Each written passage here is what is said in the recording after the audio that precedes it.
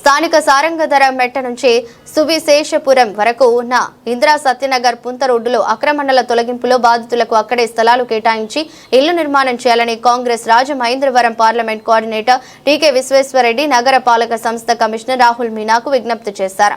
ఈ మేరకు సోమవారం బాధిత కుటుంబాలతో కలిసి మున్సిపల్ కార్పొరేషన్ జరిగిన పీజీఆర్ఎస్ లో కమిషనర్ కు వినతి పత్రం అందజేసి బాధితులకు సమస్యలను వివరించారు.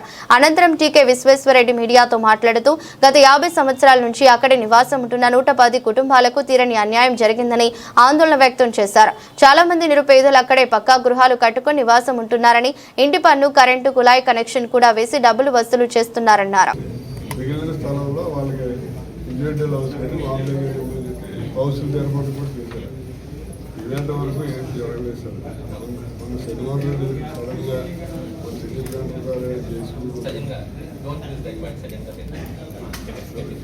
అది 2 శనివారం నాడు మొత్తం ఇల్లు పడిగొట్టారు. A to Z పడిగొట్టారు. ఒక ఇల్లు పడిగొట్టారు, 2 ఆగారు, మళ్ళీ మధ్యలో 2 పడగొట్టారు, 2 ఆగారు, అలా అక్కడక్కడక్కడ అలా పడగొట్టారు.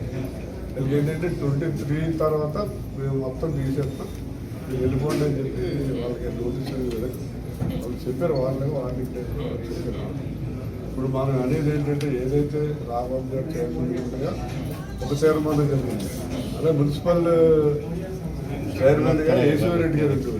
అప్పుడు కూడా తీర్మానం జరిగింది. 80 ఫీట్లో 40 ఫీట్ రోడ్డు వేసి మిగతా ఖాళీ ప్లేస్లో వీళ్ళకి ఇళ్ల పట్టాలు ఇవ్వటం కానీ G+1 కట్టించి ఇవ్వటం కానీ చేయాలని చెప్పి అది కూడా తీర్మానం జరిగింది. ఇప్పుడు వర్షాకాలం సార్ పిల్లలు అందరూ ముసలి వాళ్ళు ఉన్నారు. అమ్మ ఒకళ్ళు రండి, మీ బాధ చెప్పండి, ఒకళ్ళు చెప్పండి, అందరూ ఒక్కళ్ళు మాట్లాడండి.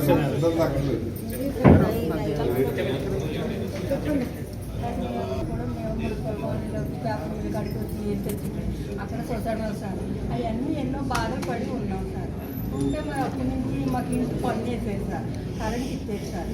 మరి తర్వాత అత్తత్మాని ఇలాగ బెదిరించడం చేస్తున్నారు.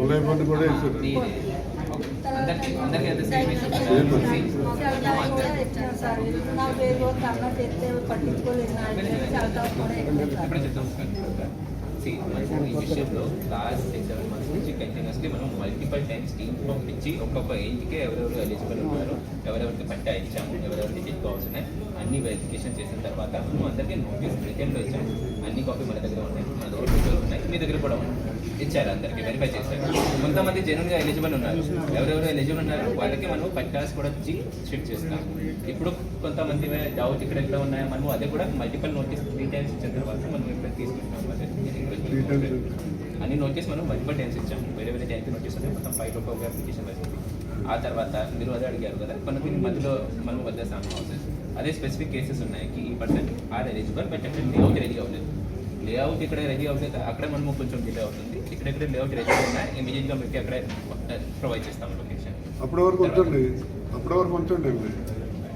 వాళ్ళకి రిమూవ్ చేయలేదు, ఎవరెవరికి లేఅవుట్ రెడీగా లేదు వాళ్ళకి హౌస్ రిమూవ్ చేయలేదు. 23 దాటాగా ఒక్క పర్సన్కి మనం అది 23 దాటాగా వచ్చి మొత్తం చేసేస్తాం అని చెప్పారు కదా.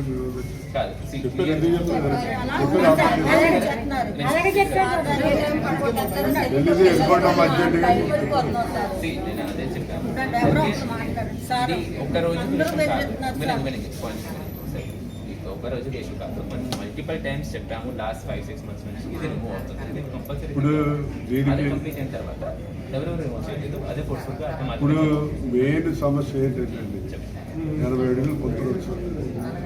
వీళ్ళు ఉండేది యాక్చువల్గా 40 అడుగుల్లోనే. నేను చెప్పేదేనండి, అంతేనా ఆక్యుపై అక్రమంగానే రాశాడు, అందరూ రాశాడు. 40 అడుగులు దాంట్లోనూ ఎంతో హౌసెస్ కట్టారు. మిగతా దాంట్లో అవతల పక్క హౌస్ ఎవరైతే పక్కా బిల్డింగ్స్ ఉన్నాయో వాళ్ళు, యువతల పక్క బిల్డింగ్స్ ఉన్నాయో వాళ్ళు ఆక్రమిస్తారండి. నేను చెప్తున్నానండి, వాళ్ళు ఏం చేస్తున్నారంటే సర్వేకి వెళ్ళిన వెంటనే, లేకపోతే మీ ఆఫీసర్స్ వెళ్ళిన వెంటనే వాళ్ళు ఏం చేస్తున్నారంటే కొంత కలెక్ట్ చేసి వాళ్ళకి ఇచ్చేసి సర్వే జరగకుండా వాళ్ళు రాకుండా. రాజమండ్రి నగరంలో క్వారీ ఏరియా సారంగధర మెట్ట నుండి సుశేషపురం వరకు కూడా 80 అడుగుల పొంత రోడ్డు ఉండేది. ఆ పొంత రోడ్లో గత 45-50 సంవత్సరాల నుంచి కొంతమంది పేదవారు ఇల్లు కట్టుకుని అక్కడే జీవనం సాగిస్తున్నారు. అటువైపు పక్కా గృహాలు ఉన్నవాళ్ళు, ఇటువైపు పక్కా గృహాలు ఉన్నవాళ్ళు కూడా ఆ పొంతులో 80 అడుగుల పొంతులో కొంతమేర, అంటే కొంతమంది 20 అడుగులు, కొంతమంది 15 అడుగులు అలా ఆక్రమించేసి అటువైపు ఇటువైపు కూడా పొంతునే చాలా కుదించేయటం జరిగింది. మొన్న శనివారం నాడు మన రాజమండ్రి మున్సిపల్ సిటీ ప్లానర్ గారు ఒక జేసీబీని పంపించి అక్కడ ఉన్న కొన్ని ఇల్లు ఆల్టర్నేటివ్గా ఒక ఇల్లు పడగొట్టి 2 ఇల్లు నుంచి మళ్ళీ 2 ఇల్లు పడగొట్టి ఇంకొక ఇల్లు నుంచి ఆ రకంగా ఇళ్ళన్నీ కూడా పడగొట్టేయడం జరిగింది. మిగతా వాళ్ళందరికీ కూడా 23వ తారీఖు, అంటే రేపు మీకు లాస్ట్ డేటు, 23వ తారీఖు లోపల కనుక మీరు ఖాళీ చేయకపోతే జేసీబీ వచ్చి మీ ఇళ్ళన్నీ కూడా పడగొట్టేయటం జరుగుతుందని చెప్పి వీళ్ళందరికీ కూడా మొత్తం వార్నింగ్ ఇవ్వటం జరిగింది. సుమారు ఒక 100-110 మంది అక్కడ ఇల్లు కట్టుకుని జీవితం సాగిస్తున్నారు. ఇప్పుడు వీళ్ళందరూ కూడా ఈవేళ స్పందన కార్యక్రమంలో మున్సిపల్ కమిషనర్ గారి దగ్గరికి వచ్చి వీళ్ళ బాధలన్నీ కూడా విన్నవించుకోవడం జరిగింది. వీళ్ళకి ఇళ్ళకి ఇంటి పన్ను వేశారు, కుళాయి పన్ను వేశారు, కరెంటు బిల్లు కట్టిస్తున్నారు, అన్ని ఫెసిలిటీస్ ఇచ్చారు. అన్ని ఫెసిలిటీస్ ఇచ్చి ఇంటి పన్ను కట్టించుకుంటే 13 సంవత్సరాలు కంటిన్యూస్గా కట్టించుకుంటే అది ఖాళీ చేసే అధికారం ప్రభుత్వానికి ఉండదు. ఆటోమేటిక్గా అది రెగ్యులరైజ్ అయిపోయి వాళ్ళ సొంతం అయిపోతుంది. అది కూడా కాదని వీళ్ళ మరి ఇల్లు పడగొట్టేయడం జరిగింది. 2007లో రాఘవమ్మ గారు మేయర్గా ఉండగా 80 అడుగుల పొంతులో 40 అడుగులు రోడ్డు వేసి 40 అడుగులు మిగతా 40 అడుగుల్లో వీళ్ళందరికీ ఇళ్ల పట్టాలు ఇవ్వమని చెప్పి కౌన్సిల్లో తీర్మానం చేశారు. రాఘవమ్మ గారు సంతకం పెట్టిన కాగితం కూడా ఇప్పుడు మన కమిషనర్ గారికి ఇవ్వడం జరిగింది. మరి అదే రాఘవమ్మ గారి కొడుకు ఆదిరెడ్డి వాసు గారు ఇవాళ ఎమ్మెల్యే. మరి వాళ్ళ అమ్మ చెప్పింది, వాళ్ళ అమ్మ చేసింది, వాళ్ళ అమ్మ తీర్మానం అమలు చేయడు.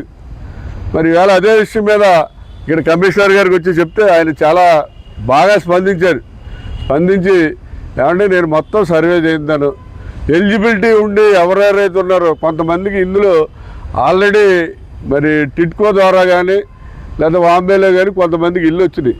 అలా సర్వే చేయించి ఎవరికెవరికి ఇల్లు రాలేదో ఏమి లేవో వాళ్ళందరూ మేము స్టడీ చేసి వాళ్ళకి టిట్కో ఇల్లు అన్నా ఇవ్వటం జరుగుతుంది, లేదా అక్కడే G+1 కట్టించి ఇవ్వటం జరుగుతుందని చెప్పి ఆయన చాలా క్లియర్గా చెప్పాడు. చాలా పాజిటివ్గా స్పందించారు.